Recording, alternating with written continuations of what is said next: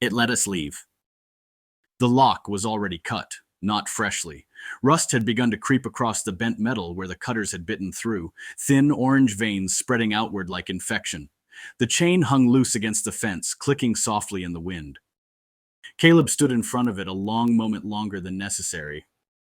The slaughterhouse loomed behind the fence in total darkness, a massive block of concrete and steel rising out of a field of brittle weeds and frost-silvered gravel.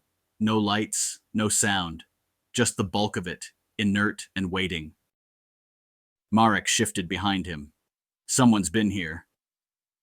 Everyone's been here, Caleb said. He lifted the chain and slid it free. The fence gate gave a tired, loose rattle as he pushed it open.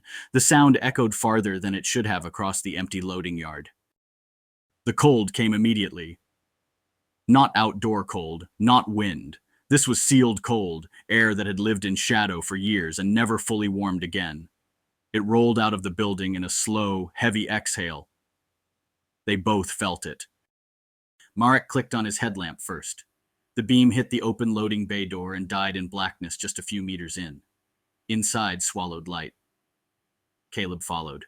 The interior air was thick with the memory of chemicals, iron, and something older that lingered beneath both. Dried fat embedded in porous concrete, rot that had seeped so far into the structure it could no longer fully fade.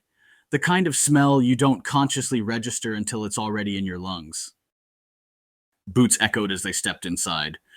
The main receiving floor opened wide around them. High ceiling, heavy overhead rails branched in rigid grids across the darkness, disappearing into black trusses far above. The rails still carried hooks on some tracks. Thick, crescent steel shapes spaced every few feet, hanging in patient silence. Caleb's lamp drifted